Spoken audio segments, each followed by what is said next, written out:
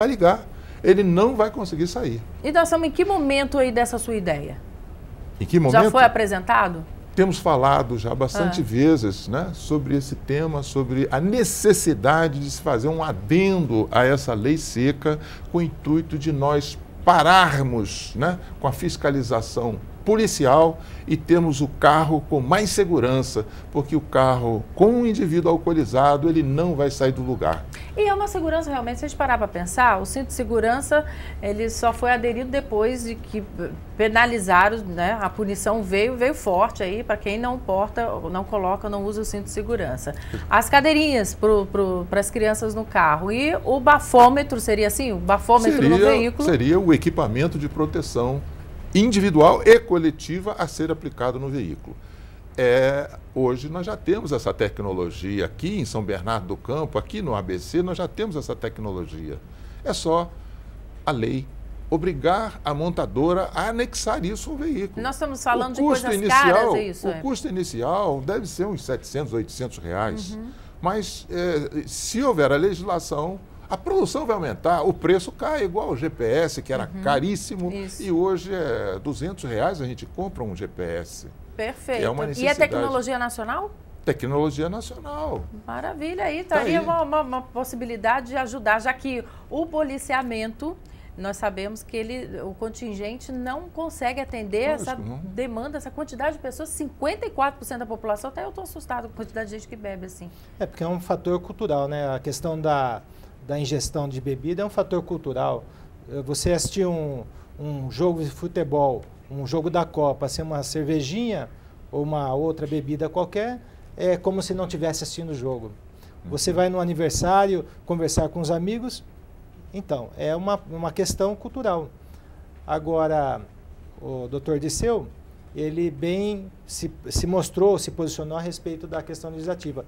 É que na Câmara dos Deputados, o processo legislativo, ele enfrenta fases na Câmara dos Deputados, no Senado, parte para a sanção, e existem as comissões de justiça, compreende? Então é um processo lento, inclusive o código, a lei 9.503 de 97, que é o Código de Trânsito, já com diversas alterações, ele tem um projeto de lei que dá autoria da senadora Rita Camata, em que ficou paralisado e, assim, tem alterações necessárias, urgentes, que realmente demoram um certo tempo. É uma questão política, é uma questão também de interesses dos mais diversos, da indústria automobilística, a questão financeira, enfim. É a necessidade de uma mobilização, inclusive da sociedade, das autoridades, entrosamento para que isso... Inclusive na aplicação da lei, porque a gente sabe que mesmo que o motorista seja flagrado, que ele seja conduzido até uma delegacia de polícia, após pagamento de fiança ele volta a ter um convívio normal, uma vida normal. Veja só. Observe. Por favor, fique à vontade. Observe que nós, quando falamos na ação policial contra o uso da bebida alcoólica na direção veicular, nós vemos dois centros, né? Cidade do Rio de Janeiro e a cidade de São Paulo. Cidade de São Paulo, Vila Leopoldina. Rio de Janeiro, Zona Sul. E o resto do Rio de Janeiro e o resto do estado de São Paulo? É isso que nos assusta. Então, se faz um combate num local de popularidade, onde tem as celebridades, vamos chamar, no Rio de Janeiro, aliás, onde circulam as celebridades, né? Vamos combinar maus exemplos que nós tivemos aí de senadores, deputados que se recusaram a fazer o teste do bafômetro, ainda que a lei respalde, né, essas autoridades, a gente entende que eles deveriam dar o exemplo. Né? Se eu não tenho nada a temer, que eu faça então o teste. Ou eu estou errado? Vocês pensam o contrário? Não, penso exatamente Agora, assim. no Rio de Janeiro, a impressão que a gente tem, não sei se pelas celebridades, é que é mais ostensivo, a fiscalização é mais ostensiva ou não? Não, eu vou lhe explicar. O Rio de Janeiro é uma cidade ao comprido ao redor das montanhas, tá certo? Facilita, então. Eu tenho uma, duas, três, quatro, 5 saídas da Zona Sul.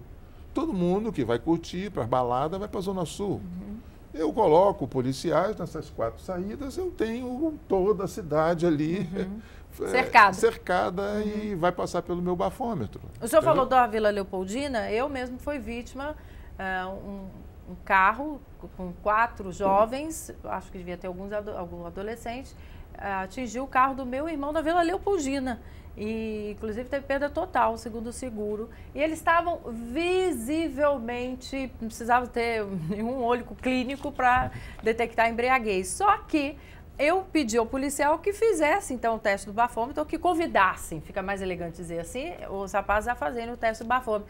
E, para minha surpresa, eles não tinham, os policiais não tinham bafômetro também, portanto, bafômetro. Então, é uma outra dificuldade que a gente encontra. Né? Não necessariamente bafômetro, é que bafômetro é o que está mais em voga.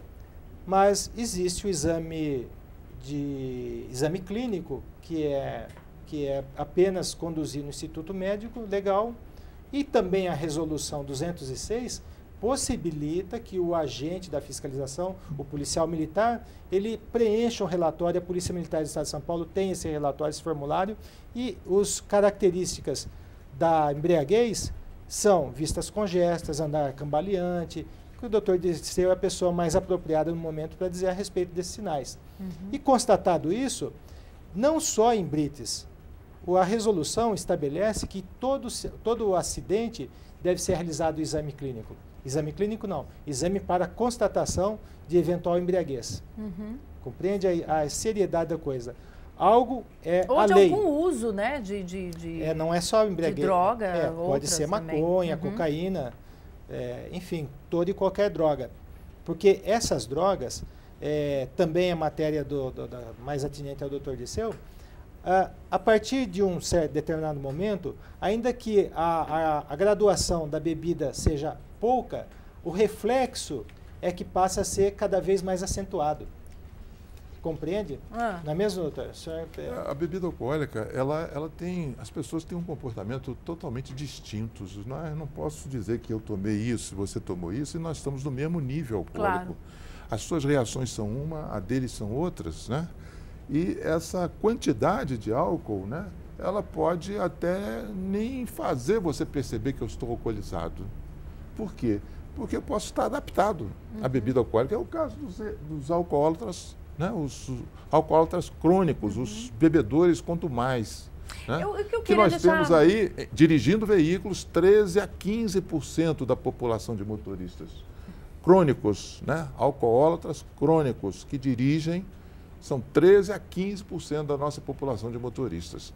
Esses indivíduos, muitas vezes a gente nem percebe que ele está alcoolizado, que ele está embriagado. Ele consegue ter o domínio de tudo, pelo costume, pelo vício, pelo hábito. Pela tolerância Pela física, tolerância, né? o organismo já se ajeitou, se equilibrou com aquele nível alcoólico que ele faz uso. Outras, com um pouquinho assim, já começa a dar risada, começa a chorar, tem comportamentos os mais distintos. E outros, com um pouquinho assim, são capazes de querer brigar. E é isso que nós vemos aí nas baladas, né? As saídas das baladas ou dentro das baladas, os seguranças aí assustados com as reações. E importante, nas baladas está havendo a associação do álcool com droga. Bebidas sintéticas, principalmente. A potencialização das duas coisas. Álcool potencializa a droga potencializa o álcool. Então, sabe, o pouco que foi tomado de álcool e droga tem um significado muito grande sobre aquelas funções que eu falei. A cognitiva, a motora e a sensório-perceptiva. Há uma depressão do sistema nervoso central. As reações são tardias. Tem borramento visual, audição, tem escuta. Borramento visual, o que é isso? Tem a visão borrada. Turva, isso? Turva. A visão turva, borrada. Né? E quando o uso da droga pode ter delírios visual, delírio auditivo, né? Escutar coisas, ter um comportamento totalmente estranho, avesso àquilo que a gente tem como objetivo na direção veicular. Nós falamos há pouco, e eu fico divagando também, porque a gente quer melhorar, né? A gente quer melhorar esse convívio, por mais que a gente tenha essa lei seca, a gente sabe dos casos que tem chamado a atenção da nossa mídia nacional em relação aos acidentes causados por pessoas que estavam dirigindo embriagadas. Uma outra coisa que fica como sugestão também, como o senhor falou do bafômetro no veículo, e que eu quero chamar a atenção de todos os nossos constituintes e parlamentares é o seguinte: por que não? Se a gente deu autoridade, não é, aos nossos bares, restaurantes, estabelecimentos que vendem bebida alcoólica, de impedir que eles vendam para menores de idade, por que não também impedir que o manobrista ou o estabelecimento dê a chave do carro para alguém que está visivelmente embriagado, mesmo que ele tenha que solicitar a presença de um policial? Será que é muito utópico o que eu estou falando?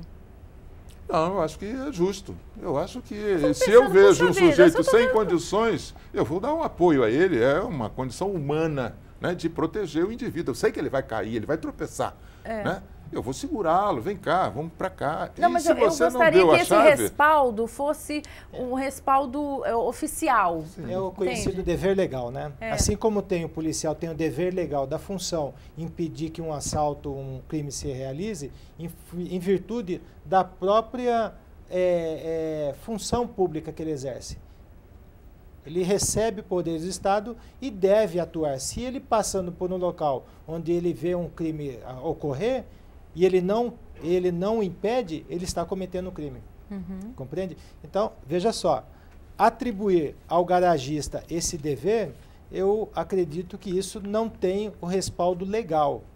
Pode ser moral, mas legal não tem. Mas essa é por isso que eu clamo, né? Que deveríamos ver, os parlamentares deveriam ver com maior atenção isso, porque afinal de contas ele é o agente direto ali que entrega a chave desse veículo, que vê, é a primeira pessoa que avalia, não é? Não é um confronto com esse dono, com esse proprietário desse carro, mas que ele fosse respaldado. É um ato de cidadania, né? De proteção do ser humano, né? De não deixar o camarada se acidentar, de evitar... E nem causar acidentes, né? Exatamente.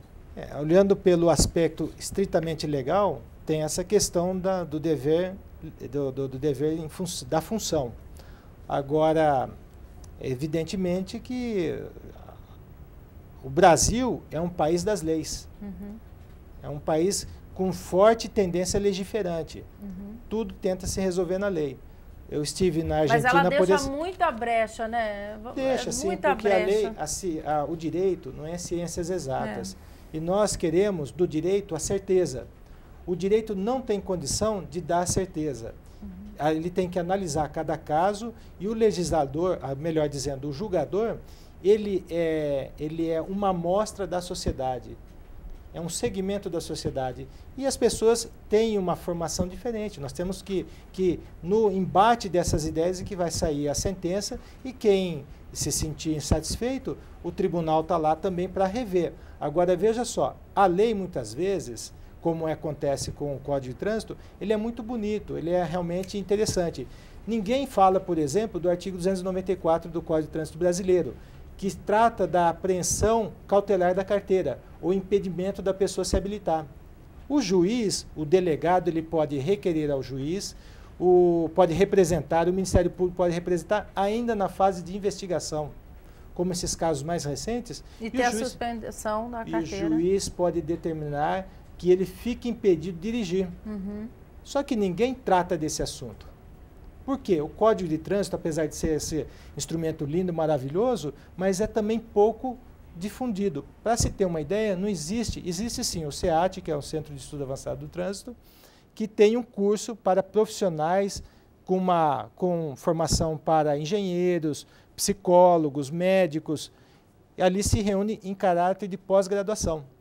Mas é uma matéria que não é uma disciplina ensinada na escola. O legislador falou há muito tempo, em 97, quando foi editada a lei, sancionada a Lei 9.503, que é o Código de Trânsito, que o trânsito deveria ser matéria obrigatória na escola. Não como disciplina, mas as ideias do trânsito deveriam estar embutidas na própria grade escolar. Veja só, quantas vezes na novela, às vezes aparece um personagem andando de carro sem cinto de segurança. Compreende? Então, assim, é preocupante esses exemplos também, que isso vai formar cultura e mudar os comportamentos. Maravilha, eu ficaria mais tempo falando sobre esse assunto. Eu acho que você que acompanhou o clipe eletrônico aprendeu bastante, concordou ou discordou. O que importa para nós é que você esteja inquieto aí com essas situações que atingem todos nós, né? Porque, afinal de contas, um carro de uma pessoa, nas mãos de uma pessoa embriagada é realmente uma arma perigosíssima, não é isso? Perigosíssima. Muito obrigada pela participação de vocês. E a vocês, muito obrigada por ter acompanhado até agora o Clipe Eletrônico. Até.